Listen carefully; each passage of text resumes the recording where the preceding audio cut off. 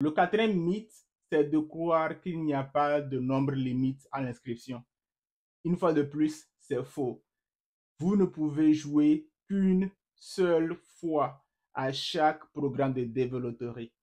Si, pour une quelconque raison, vous jouez deux fois, vous serez automatiquement disqualifié du programme et il faudrait encore attendre l'année prochaine.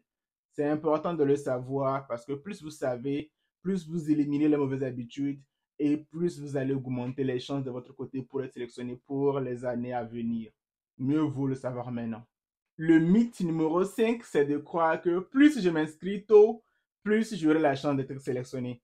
Eh bien, ça, bon, pour être dans le domaine pendant quasiment 5 ans, je sais de quoi il s'agit. Il y en a chaque année qui viennent avec des théories sur la période idéale pour être sélectionné.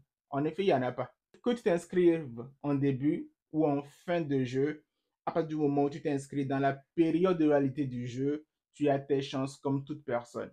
C'est pas parce que tu t'inscris en premier, c'est pas parce que dès que le site a été ouvert, tu es celui qui a joué le premier que ça veut dire que tu vas sélectionner.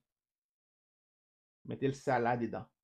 Le sixième mythe qui est très courant, c'est de se dire que si je suis sélectionné, ma famille, quand je dis ma famille, ça dit que la famille africaine, père, mère, enfant, cousin, cousine, oncle, oncle, tout ça peut venir avec moi.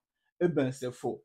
Si vous êtes sélectionné, vous devez au moins au préalable avoir inscrit votre femme et votre enfant.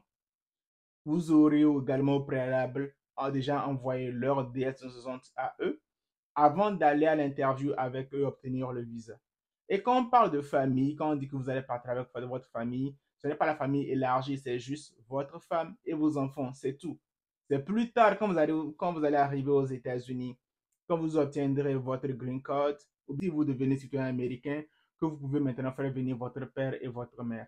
Et jusque-là, même, c'est limité seulement votre père et votre mère, souvent vos frères et sœurs. C'est tout. Le septième mythe, c'est les gens qui ont été sélectionnés peut-être à la DV 2024, qui n'ont pas pu avoir leur visa parce que les visas étaient finis, qui pensent que pour cette DV 2025, ils vont être favorisés parce qu'ils n'avaient pas eu de visa l'année dernière. C'est faux. C'est pas du tout vrai. Vu que votre chance est passée pour la DV 2024, vous revenez à la case départ et vous êtes tous sur les mêmes pieds d'égalité avec les 22 ou bien 25 millions de personnes qui vont participer cette année.